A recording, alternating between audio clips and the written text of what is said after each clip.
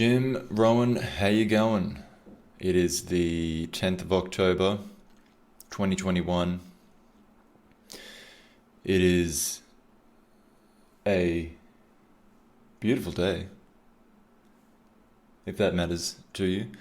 And it is perhaps the first time you're seeing my ugly mug if you're watching this on the YouTubes rather than the audio-only platforms in which I preferred to have this little project broadcast, but it turns out they're not as popular as the YouTubes, which is ever so slightly more popular.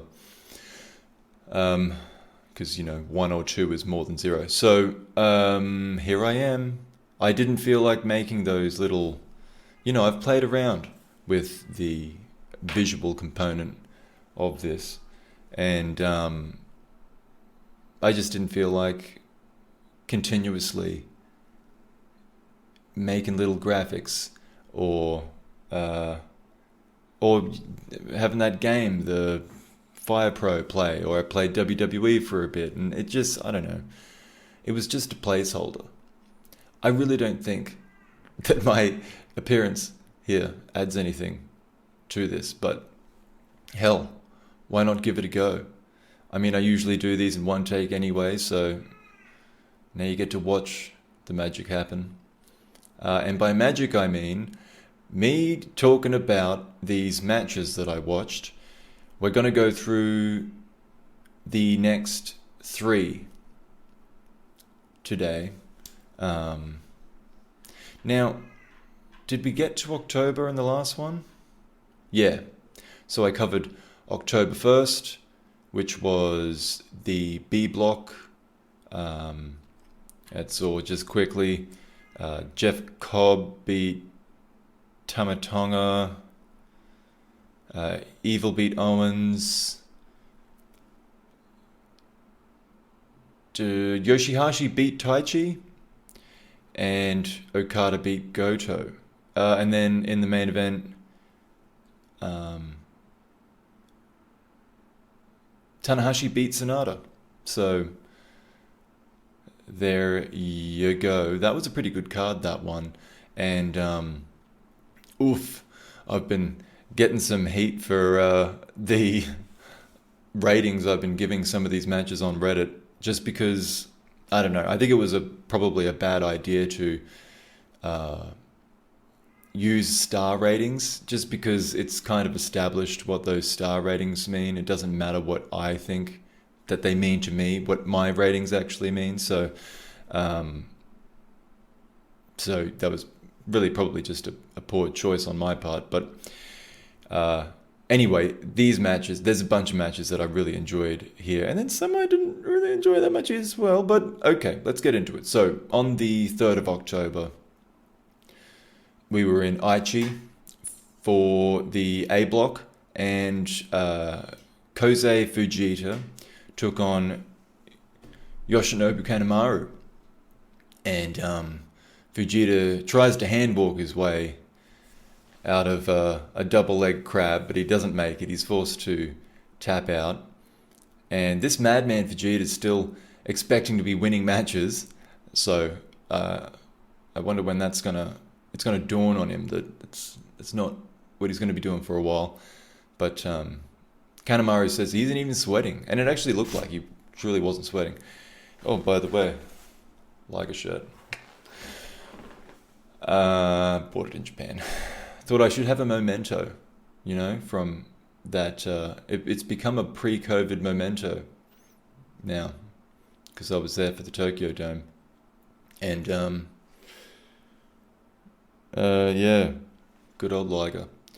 Anyway, after that match, Kanemaru didn't even think that he earned himself a drink. And then in the other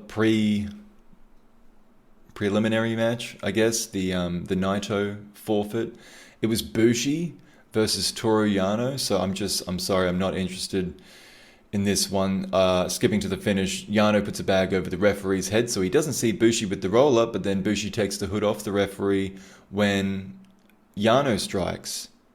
It's when he rolls. I think he gave him the low blow and then rolled him up, which is, kind of his finisher. And actually, after the match, Bushi was funny for once. He says, "An eye for an eye, a bag for a bag," but Yano had a different pouch in mind. I believe, referring to the low blow. And Bushi was interested in Yano's King of Pro Wrestling trophy, but he didn't pick up the win, so can't really be making that challenge. Now, A block. We started off with a couple guys definitely still in the hunt here. Kenta on 6 points and Great Khan on 8. They exchanged words on the mic before getting physical, though they didn't. I don't know if they did it on the YouTube channel. I always watch the promos on New Japan World with the subtitles, and they didn't go back over these. But, I'm sure it was, "I'm going to beat you. No, I'm going to beat you." Or maybe actually with the finish in mind, maybe this is when they set up a bit of a challenge for each other. So how this one went after they exchanged words on the mic, they got physical refreshingly immediately. Refreshingly immediate was their physicality, because Kenta's always running away. But they got straight into it. Though he did go walkabout soon enough. He snuck under the ring and then he attacked Khan from behind, only to return the match to the mat while he's got the advantage. So they roll around a bit, going after each other's legs. Khan wins that tussle though, and then switches to a head and arm choke that Kenta struggles to escape from. There's a noticeable size advantage that Khan wields here, and he's doing some bullying actually. There's a couple of DDT, or Kenta counters the Eliminator first, and then he hits a couple of DDTs. He gets a 2 count off that. There's a comeback that comeback continues. Corner drop kicks. There's a bicycle kick from Khan that puts an end to his momentum though. They strike back and forth. They get particularly violent with some open palm or open hand strikes, and that's a battle that Kenta wins. The GTS goes countered, nearly into an eliminator. He tries it again, and it's reversed this time by Khan into a sheep killer, which is a standing iron claw backbreaker hold.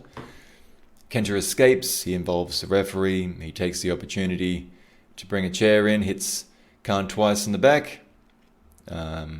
He fastens a chair to his chest and then hits the double stomp off the top. And then the referee's still down, so he goes and gets a baseball bat. Khan wrestles it away from Kenta as the referee awakes.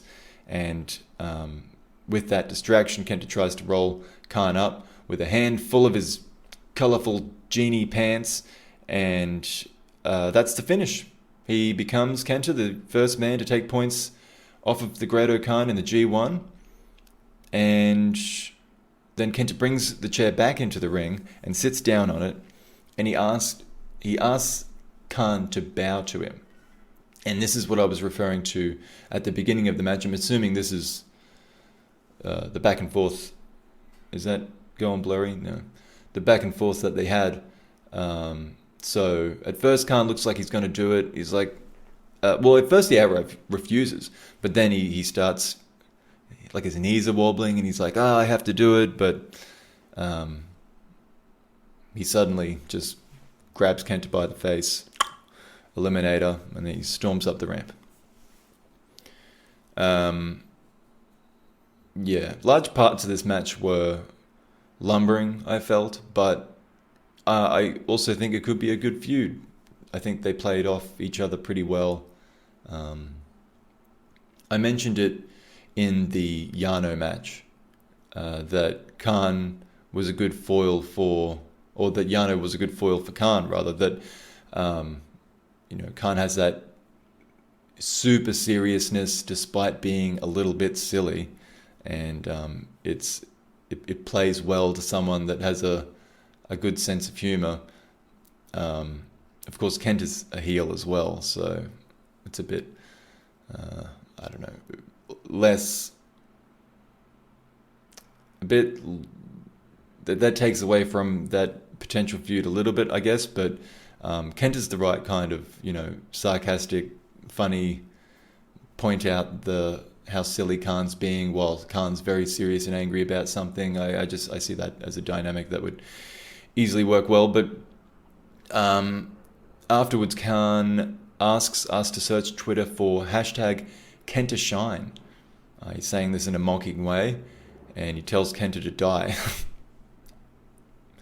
Kenta then says he knew Khan was a weirdo, and I mean, no prizes for guessing that. Oh, he was disgusted by the odor in Khan's hat. Sorry, I missed that part.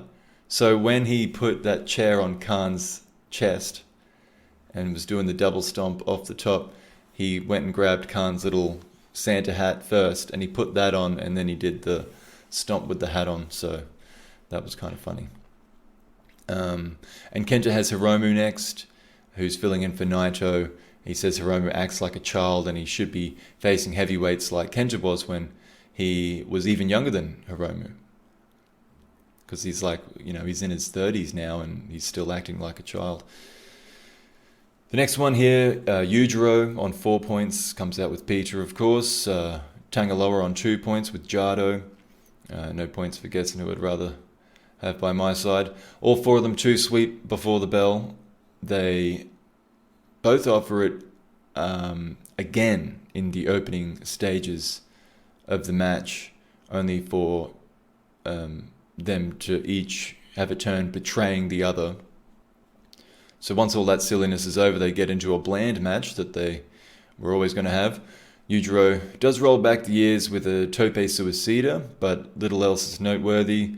The way they started the match in particular makes it harder for them to get across the fact that they're having a proper competition. Like, it just really set up the match to come across like they're just going through the motions a little bit, in kayfabe even, and that's how it looks anyway. Yujiro hits Miami Shine and then goes for his lifting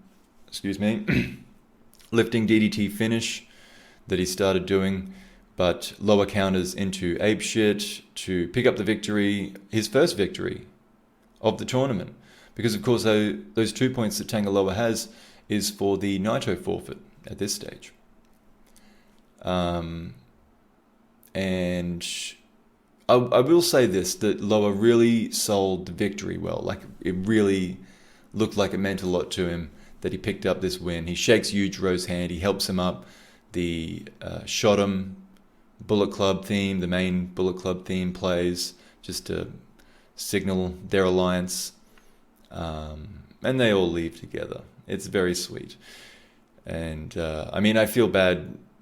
I didn't rate this one well, which I kind of feel bad for after that heartwarming ending, but it just wasn't that great. Yujiro thanks Loa in English. He asks Peter who's next. Zack, she answers. He says he hears Zack is not a junior in at least one respect, and he might need to throw a haymaker to drop him, kind of as like if he was to go for a low blow is what he's signaling. And it's a nice but strange thing to say. Loa is very pleased to pick up the points against a man he considers a friend and a senpai. He thanks Jado for keeping an eye on Peter as well. And, they were both quite nice there. What agreeable heels they are. The next match was Ishii on 4 points against Zack Sabre Jr. with the not-so-junior member, according to Yujiro, or the rumours. Zack tries a Euro clutch early that goes close to ending it, and while that would be a crazy finish, it would surely just create anger that we weren't able to see a proper match between these two. Ishii responds with chops to heat up the Brit's chest, and perhaps that is the reason Ishii's right arm is targeted for reply. It's of great concern for the Stone Pitbull early. Ishii needs to slow Zack down, but he lacks the speed to stay on the outside. So that means winning grappling exchanges to land power moves, which creates some terrific sequences between them. There's a vicious tornado DDT from Zack that Ishii just powers up from, but they're both hurting. And this is around the 15-minute mark, plus every other minute of the tournament that they've endured. It does begin to wear on them, and that's noticeable here. Ishii, I suppose that from his point of view, though, at least, has successfully brought Zack down to his speed, though. So he fires up, he removes that elbow brace, and then lands a stacked powerbomb that earns a 2 count, but the brainbuster is slipped out of. Ishii goes for it again. Zack counters with his own, then locks in with his own brainbuster, that is, not to gloss over it. And then he locks in a Kimura. He transitions into an armbar and then a triangle. Ishii starts to fade. With the bad arm, he tries to lift Zack, who rolls with the momentum and just secures Ishii further into the center of the ring. And then due to fatigue perhaps on Zack's part, or maybe just because of sweat, he's slippery. His grip loosens. Ishii manages to fight free. The Zack driver was ill-advised. Ishii counters with a headbutt and follows that with a lariat. The brainbuster follows that. It lands. Ishii picks up the points in an upset and stands over his opponent with his bad arm raised to rub in the result, and walks out cradling the arm. But this one was fantastic. Really fun, physical battle, but also very tactical, and great selling as well. So I would definitely put this in the top end of the matches that I've seen so far from the G1 this year.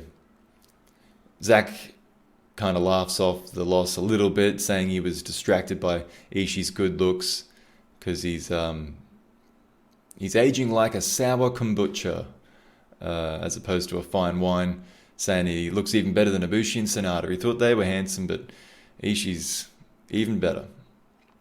He assures us not to worry about one loss. He isn't about to have a tantrum as he has done before. He'll take the loss on his big chin and move ahead to the finals. Ishii asks Zack if he thought he would just coast from here. He considers that thought foolish. Fair enough.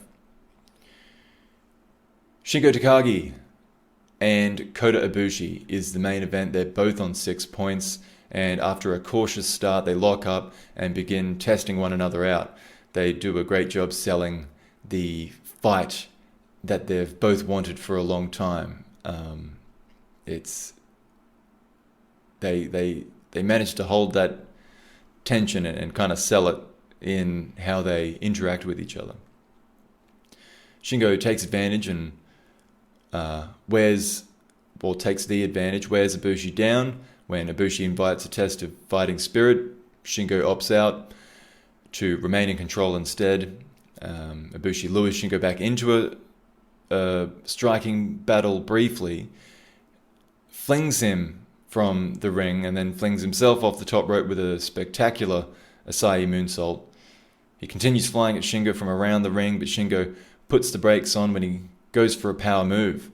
That's when Ibushi goes for a power move. That's when Shingo's like, oh, you're back in my territory. He hits a pop-up Death Valley driver, and that really kind of sets up the dynamic of the match. It's power versus agility, and what they share is pride, though, demonstrated by the fighting spirit battle Shingo is eventually goaded into. Neither is able to establish dominance, but they both have a championship level of energy as they constantly collide. Shingo starts to edge the contest, landing a superplex for 2 and then Made in Japan for the same result between thumping lariats. Last of the Dragon is attempted, but Ibushi fights back with knees. He knows it is now or never, but is too slow to line up a Bombardier. At the first try anyway, he does land it at the next attempt, and then a last ride powerbomb for a 2 count of his own. Ibushi wants the Kamigoye, but Shingo halts him with pure strength, then lands a sickening knee strike of his own. The pumping bomber that comes next is even stronger. Ibushi kicks out of the pin. Last of the Dragon is attempted a second time. Ibushi does not allow the lift. Shingo tries to wear him down with strikes, but Ibushi lands the key blows, and then whilst almost off balance, lands a Kamagoye. So he quickly makes the cover, but because he was off balance, I suppose he just didn't seem to catch all of it. So Shingo's able to kick out. Ibushi pulls down the knee pad. He goes for it again, only for Shingo to catch it. Actually catch it, not just catch it in the face, catch it with his arms. And he goes for the last of the dragon again. Ibushi drops down, lands a poison rana that strikes Shingo like a star picket just into the mat. Shingo turns around with a flying knee. Ibushi pulls him up to land a reverse Kamagoye and then another to the face for good measure, keeping the champion down to earn Ibushi the points. I've got to be careful I'm not being too shaky and rocking the what's a jig camera here. Sorry if it's been shaky. I'll try not to touch the table too much. And I chose a bad point to bring that up because that was the end of the match. So the Kamagoye lands, and Ibushi picks up the points against Shingo, and this was fantastic. One of the best matches of the tournament so far. And now they're one apiece in singles action. Shingo beat Ibushi in the G1 2019, I think. Or maybe it was last year. But, whatever it was. I think it was actually just last year. But either way, the next time they face is got to be for the gold. But, this was a World Championship caliber match in itself. If that was a World Championship match, it wouldn't be disappointed. It was really, really good. Ibushi calls after Shingo before he leaves, on the mic, in the ring. He says this was a big win, but the next one will be for the title. He says to the Aichi crowd the next time when he returns, it'll be for the belt. That he will have the belt around his waist. And then backstage, on his hands and knees, Shingo says this is the last match that he wanted to lose. He thinks Ibushi is getting ahead of himself mentioning the title, though. This isn't about the belt, it's about the G1, and he will go on to win it. He admits, though, Shingo, that he thought he knew what to expect from the Kamagoye, but this one's worse than Tanahashi's. He took Tanahashi's in their championship match at the Tokyo Dome. Ibushi compliments when he's backstage, the power of the champion, and there's more to go for him to win the G1 again. So the Block A standings after that: Zack, Khan, Kenta, Ibushi, all on 8 points. Shingo, Ishii, Yano on 6 points. Yujiro and Tangaloa on 4 points. Naito, of course, on 0 points. He's out of the tournament. Moving ahead to...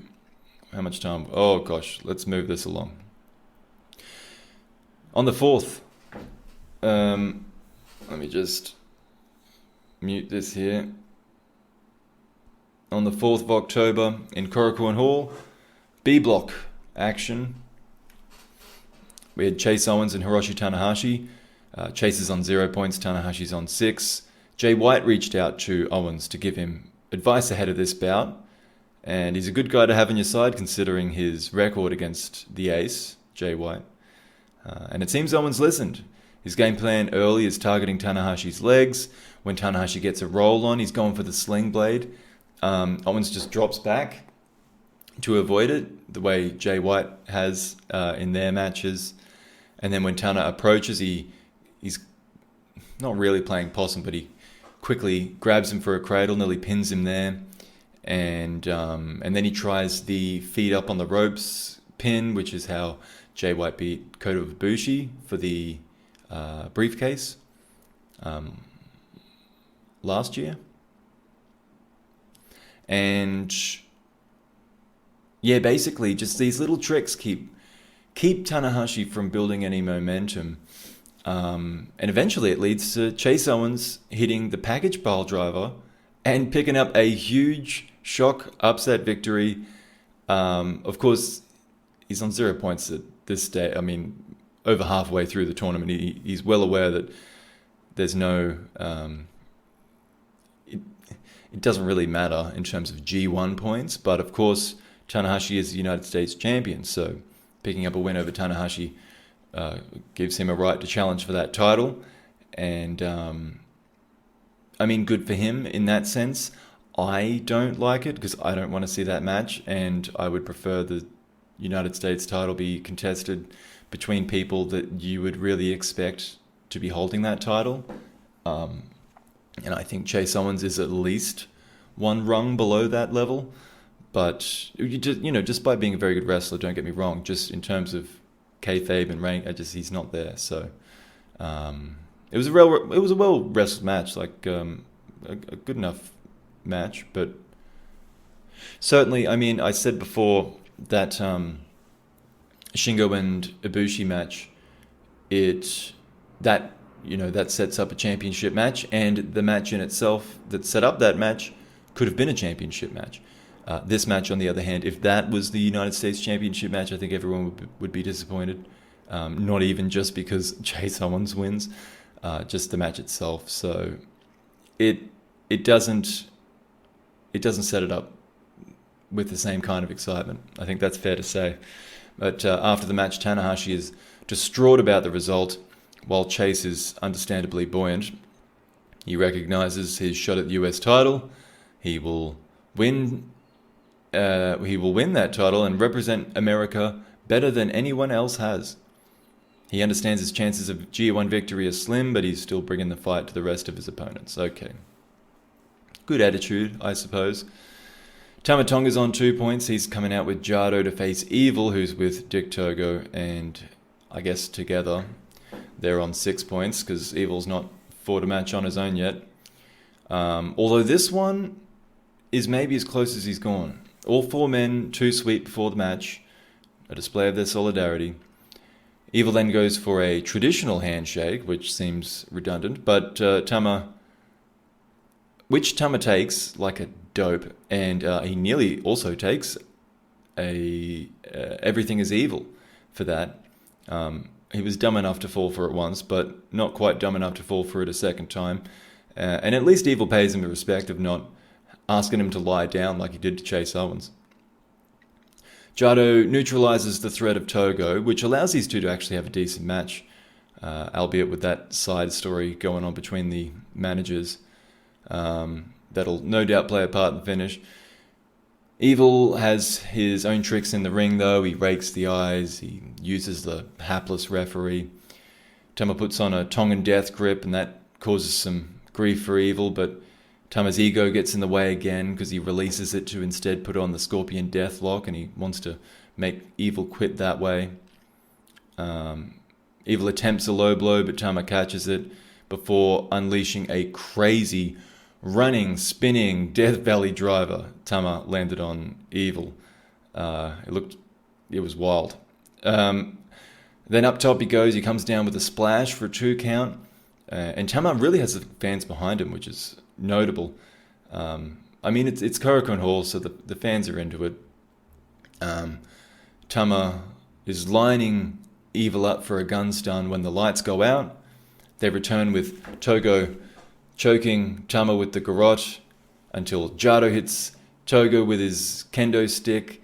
The referee's down for all of this. He doesn't see a low blow that Evil hits on Tama then, and then he hits Everything is Evil.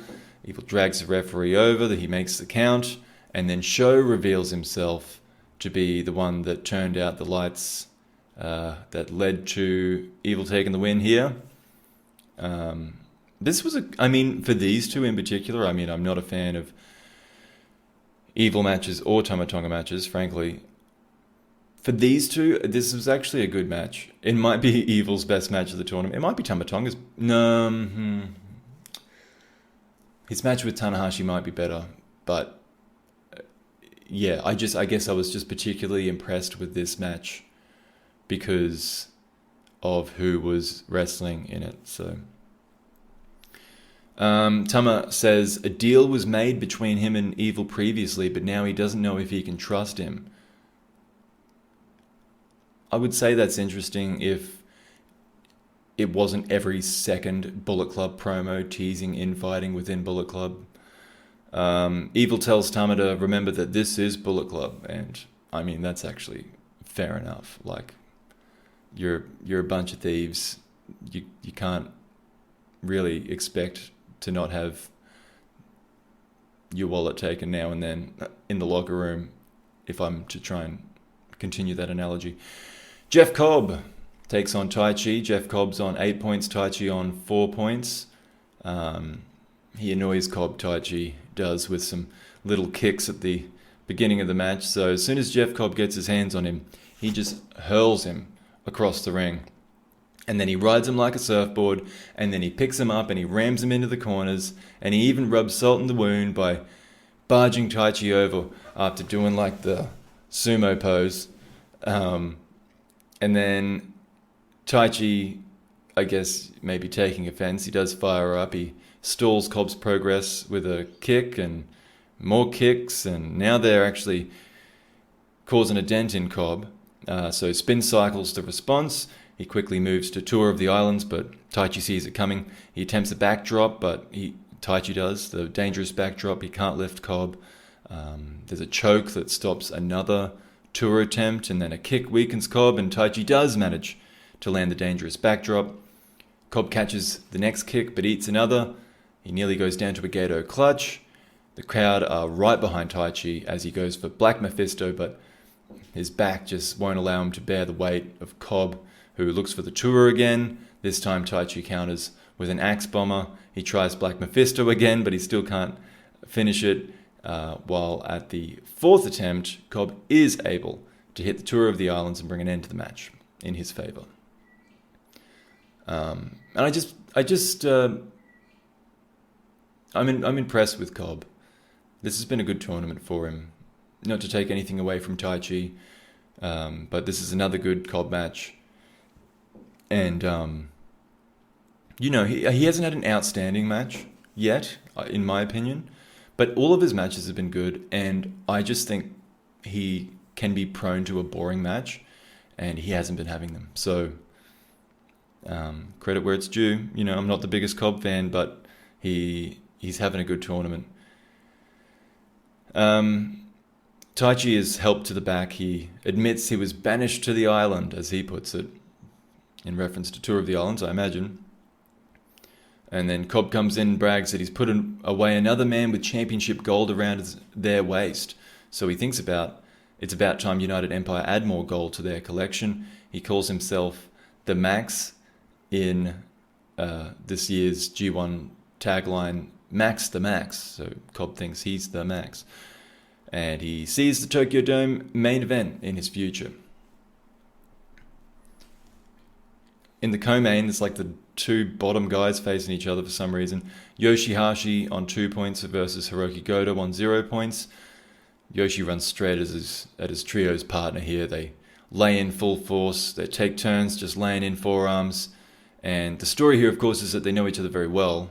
But they're also very even with Yoshi recently on the ascendancy and Goto on his inevitable decline, being a bit older, much older, really, a different generation. But Yoshi learns from Goto's successful history. He lands a Shouten Kai on him, which is pretty cool. And I really didn't think that was anything to do with spite. Sometimes stealing your opponent's move is a bit of an insult, but I think here it was just an opportunity to do something that Goto didn't expect, and when they both know each other so well, that's exactly what you're going to need to do in order to get some momentum and then wear your opponent down to the point where you can hit those signature moves that you know well and will put your opponent away. So on that note, Goto escapes the Karma attempt. He manages to go on to score a GTW on Yoshi. He follows that with a Shouten Kai of his own, which I'd be happy for him to bring back more permanently, by the way. It's a cool move. And Goto's stringing these moves together. He's not giving Yoshi a chance to breathe, so perhaps just that edge and experience in these big matches is what made the difference here, because he finishes off with the GTR. That's a decisive move, and he earns Goto he earns his first points of this tournament. And I really liked this match. I thought the psychology was great. They kept a great pace. They told a story. So, yeah, worth watching. Not at the highest level of the matches in the G1, but kind of just below that, maybe around there. And particularly if you're a Chaos fan or Yoshi or Goto fan, worth watching. One of the better matches that they'll have in this tournament. Yoshi explains that he didn't shake Goto's hand after the match because he wants to beat him before he does. Or actually, he didn't specify if it was before or after the match. He might have been referring to before the match because he ran straight in and, you know, they didn't start really amicably so much as with the elbow to the head. And he thinks if they don't try to outdo each other as teammates, then the team will suffer. And Goto admits coming by wins in this G1, or just in the G1, is getting tougher, but he's happy to be on the board finally and considers this just the beginning. To the main event, Sonata, 4 points. Kazuchika Okada, undefeated, I believe, on 8 points. Yeah, that's true. And I mean, Okada's already had some of the most iconic rivalries in wrestling, and Sonata, we're told, is another one of those rivalries. But to me, that's a privilege at this point, and it's entirely up to Sonata. I looked it up on Cage Match.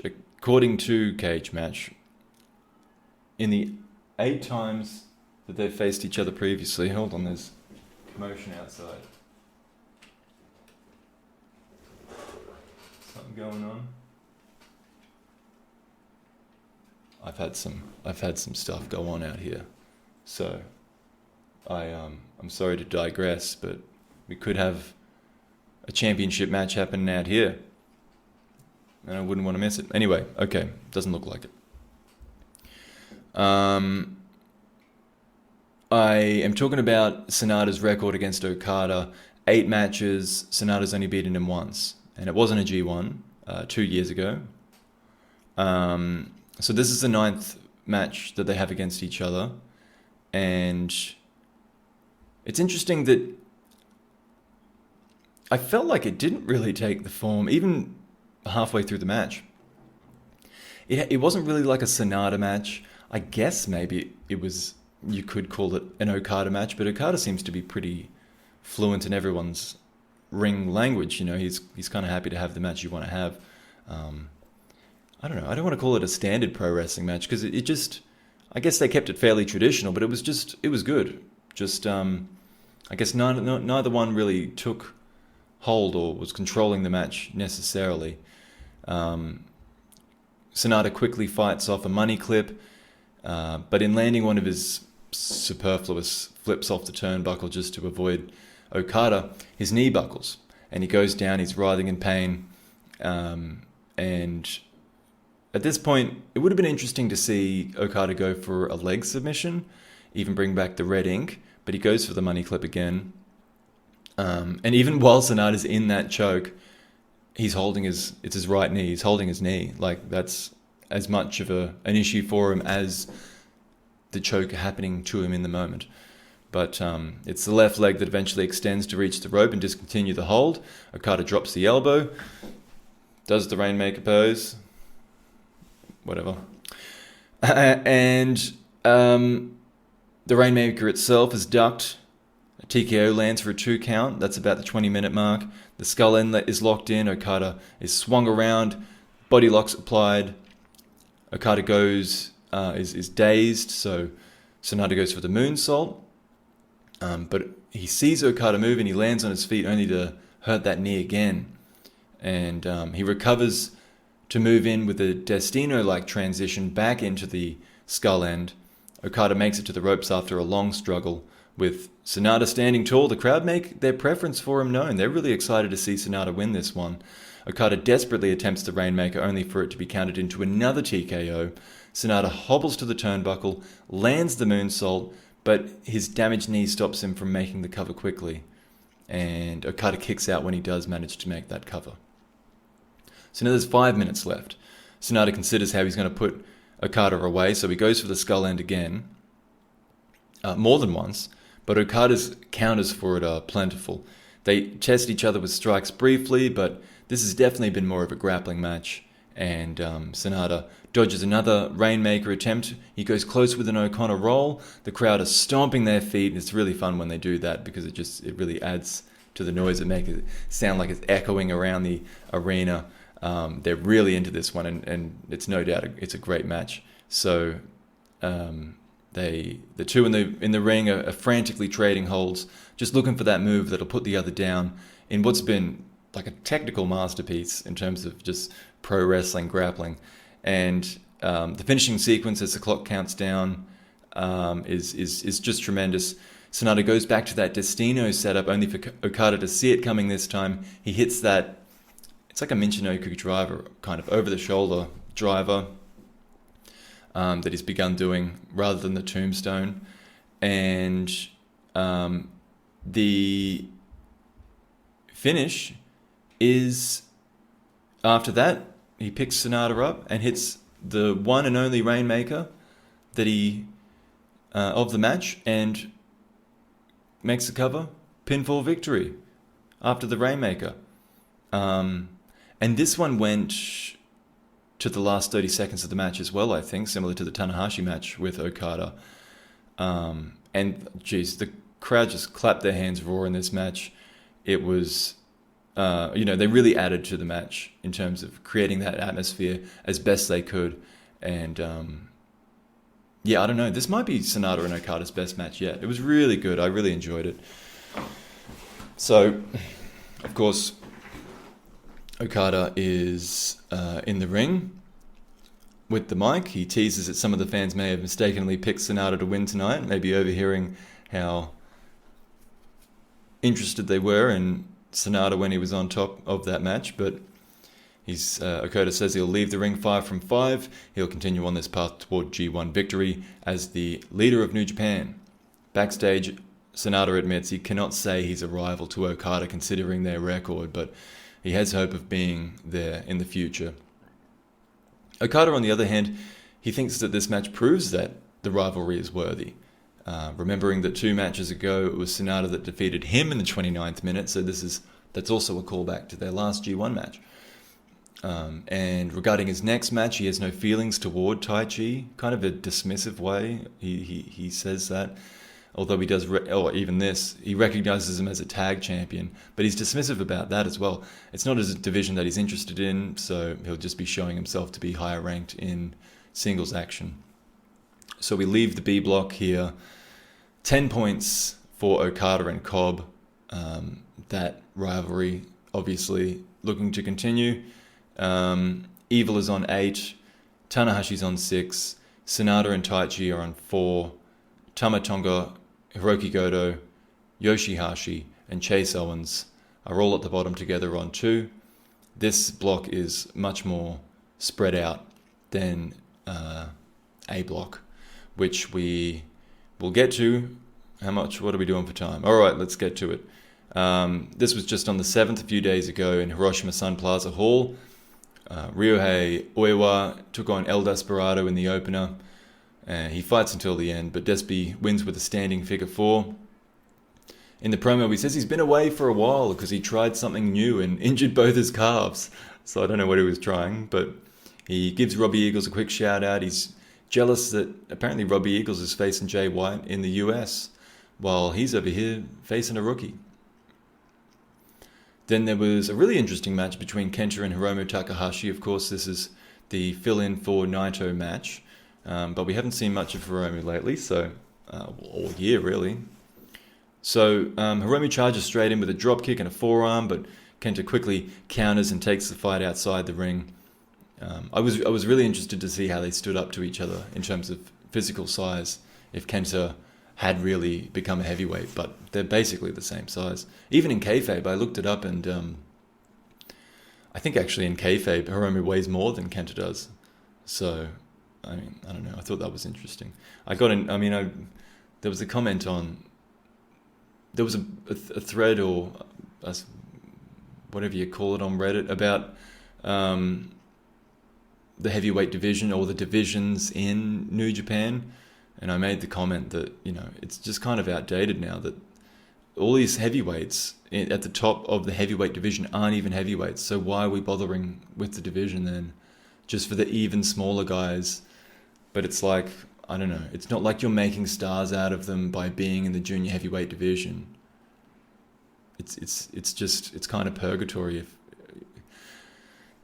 Prove me wrong, if anyone thinks that Hiromu's a bigger star because he's the junior heavyweight champion, then he could be in the heavyweight division, then okay, I disagree. I'd rather see him have matches with the bigger guys because they're not that much bigger. Case in point, this match. Kent is he challenged for the heavyweight championship. He was the top of the card. Naito's not that much bigger. I'm just saying. Like, Okada's a proper heavyweight. He's a big guy, but he's towering over the rest of these guys. Shingo, junior heavyweight. Maybe not technically, but he's pretty small. He's shorter. Ishii even is probably. It's 100 kilos, right? I don't know. I'm nearly as tall as Okada. I'm standing next to him, and I'm not 100 kilos. And these guys are going to be like here on me, and they definitely have more muscle on them. But it's just 100 kilos is a lot. That's a big guy. So I don't know. I just feel like almost all of them are. I reckon Shingo's probably under 100. Ibushi would be. So there's your world champion so far. Ibushi, Will Ospreay, and Shingo. They're your world heavyweight champions so far. And they're all junior heavyweights, so... Anyway, off topic. It would be interesting to see Kenta if they were to take it seriously. Look how much star power could be in the junior heavyweight division, is what I'm saying. And... I don't know. Even if you just made it like... They cut weight a little bit, you just tell the guys, look, go on a diet for a few weeks, just get it to a point where we can see a difference, and then put you in the junior heavyweight division, give you a run at the top there. Anyway, okay. Good match this. There was they brawl around the ring. Kenta's obviously got the advantage there. Hiromu tries a dynamite plunger, but he misses that, and they are trading strikes. Kenta brings a chair into the match, but Hiromu's like, come on then. He invites the shot, and so Kenta decides, I guess out of pride, just to not use it at first, but then he throws it in his face later, just when Hiromu's his comeback starting to pick up pace. And then there's a couple of shots that land to the... back, he with the chair, Kenta's hitting Hiromu, then he hits the rope hung DDT, and then Hiromu kicks out of that, but and then he fights out of 2 GTS attempts. He counters a Busaiku knee, nearly into the time bomb, instead into the Victory Royale, and then there's a couple of kicks, a lariat. Momentum's now in Hiromu's favor. Another time bomb's attempted, but he's shoved into the exposed turnbuckle, followed with a roll up, and a victory for Kenta, who makes sure that Hiromu sees his arm raised before leaving the ring. And Hiromu, after this one, just cries out that he's pathetic, he's hysterical after the loss, while Kenta actually has some words of encouragement for Hiromu. He just tells him to keep being exciting, to make the best of Super Juniors exciting. He says Taiji Ishimori and Kanemaru are in that tournament, and they're 2 of the best to ever do it, according to Kenta. Both guys he would have come across, I'm sure, plenty of times in Noah. But he just says to make use of that, and that he would like personally to face Hiromu more often. He's got Zack next. He remembers him being a rookie, but he understands he's been doing well lately, so he's going to put an end to that. A block. Tangaloa, 4 points with Jado against Kota Ibushi on 8 points. And Loa has really maintained a great attitude throughout this tournament, despite his lack of success in this debut edition for him of the G1. He really takes the fight to Ibushi. It's a unique singles opportunity for him. They surprisingly trade quite sturdy leads as the match progresses. I think because they both go for really strong moves. Like, both of them aren't wasting any time. So they get straight into it and manage to land strong moves on each other. So it's very quick paced. It's back and forth. Ibushi attempts the Kamigoye just within 10 minutes. He's thwarted by the strength of Loa, who hits a reverse Kamigoye of his own, and then a massive powerbomb that has to have had Ibushi's brain rattling around. He kicks out of that one. There's blood trickling from his nose. There's a nasty German suplex that lands next, but Ibushi powers up and lands a response. Loa hits a poison Rana, only for Ibushi to also try and respond to that, but he botches his poison Rana. Looked pretty clumsy. But then the Bombier connects without doubt. Loa counters a Kamigoye with a spear, then tries apeshit, only for Ibushi to slide down, lift Loa into a tombstone, hit the Kamigoye, and take the points home. Right to the point here. Pretty quick match, but just full tilt with power moves, which is, I think, exactly what they should have done. So definitely the correct layout for the match. It's just there was a few clumsy moments within it that just let it down, but still enjoyable. Loba thanks Ibushi for the match. He says next time he won't lose, and Ibushi kind of almost seems to think the same. He says that the Loba's talent is being wasted in the tag division, and it's been a while since he's been hit that hard by a foreigner. He humbly considers the win a fluke. Next up we had Yujiro on 4 points against Zack Sabre Jr. on 8. Peter is without her mask. That's not often the case. Well, actually, it seems that she's without the mask, but she's just put it on the back of her head and she's got a cap on, so she's still got the bunny ears. And then while she's dancing in the ring, it's an oddly wide camera angle, so I don't know if they're PGing it up a bit or something, but I prefer they didn't. Now, the match gets going for... Yujiro pretty quickly is looking for a shortcut in this match. He goes for a low blow early on, but it's caught by Zack. And then later he goes as far as biting Zack's toes through his boot. He uses Peter to distract the ref and hits Zack with the pimp cane. I mean, in fairness to Yujiro, what other ways you're going to win this match? You know, Zack's on a roll.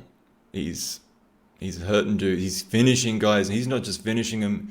He's putting them on the shelf. You know, Naito, Yujiro's former tag partner. You know, so I don't know. Fair play, I suppose. And Yujiro kind of manages to keep that pressure on the ring until a fisherman bust is countered into an arm slam. Zack builds on that with several arm targeting holds, but he's not able to properly regain control of the match yet. Yujiro hits an Inkoli slam, the Miami Shine not long after, and then the Pimp Juice, which only gets him a 2 count. Then he goes for his lifting DDT finish. Zack reclaims the arm, traps Yujiro in a head scissors, has the arm secured, and forces the tap. So Zack takes the points here. And, I mean, it wasn't a bad match. It's just that Yujiro never made me feel like he was likely to win the match. So, just kind of average. And he's really hurting after the match, Yujiro. He says the only thing not hurting is his third arm, which never runs out of energy. And Zack comes back saying, what an outrageous profession Yujiro has. He goes on to say he's going to win the tournament, and that Zack is going to win the tournament. He's not interested in the briefcase, so he doesn't want to be carrying that around. He doesn't want it. He just wants to win the tournament and then have the championship match. And he gives Naito a quick shout out before leaving. Now our co-main, Toru Yano versus Shingo Takagi. This was mercifully short. The hood comes out. Yano's using the hood a lot, so I guess that's probably going to be a part of his next King of Pro Wrestling match. And yeah, he puts that on Shingo straight away, nearly gets a roll up. when Shingo gets it off, he uses his sanitizer spray in his face, and then Shingo returns to the ring. They square up with corner pads. So it's looking like very much a Yano match at this point, which Shingo is charismatic enough to pull off, in fairness. But yeah, and I get it. It's a chance for Shingo to rest his body. Like, okay, I'm willing to give you a break here. So yeah, I just didn't get why it was a semi-main event. Like, why is this second from the top? But whatever, it actually ended pretty quickly. Yano goes for he goes close with a couple of low blows, but and roll-ups, but Shingo goes home early, last of the dragon, ends it, puts the hood back on Yano, and then leaves. So I'm glad they kept it short at least. But Shingo says after the match that was his strategy, to make Yano think that he was going to play his game and then just crush him, basically. The main event was Tomohiro Ishii versus Great Khan. Ishii's on 6 points and Great Khan's on 8 points. And this was a biff, man. They go chest to chest from the get-go. Khan comes out on top early. Ishii has his comeback, but he's nursing that right arm that he's been struggling with throughout the tournament. And this is just a slog. There's a point where Khan is taken a page out of Ishii's book and moving into strikes to prove his mettle. Then he catches a sliding lariat into his head and arm choke before sweeping Ishii's leg, taking top position. Ishii shows himself to be more than just a brute, though. He manages to counter and gets a Kimura himself, and then an arm bar. Khan has to get to the ropes to break it. So that's a diversion from the norm, but Ishii comforts us back into what we expect from him with just boom, boom, these clashing headbutts with Khan's head that he wins. He's got the harder head. And then he goes for the brainbuster. Khan escapes the first one, and then Ishii goes for it again, and Khan instead lifts him up and drops him down. Then Ishii attempts to... I guess from there it was actually Khan that he got. I know he had the sheep killer, that kind of backbreaker hold around the neck, and then Khan hit a TTD, another move he took from Tenzan, other than the chops. So that got him a 2 count. He lines up the eliminator, but Ishii fights it off and instead throws. Instead he throws Ishii face first into the turnbuckle. Ishii comes back with a desperate lariat, but then he cops one himself when attempting a second. Khan tries the eliminator again. Ishii tries to counter into a brainbuster. Now they go back to the eliminator. Then there's an enziguri, and then Ishii does hit a lariat. That goes really close. It's a 2.9 kick out. But then Ishii finishes the job, hits the brainbuster, wins the match, is back in the mix at the top of this block. Kind of a surprising finish, maybe. I wouldn't call it a surprise, but clutch win for Ishii, taking points off a top guy to put himself back in that mix on 8 points. So very good match.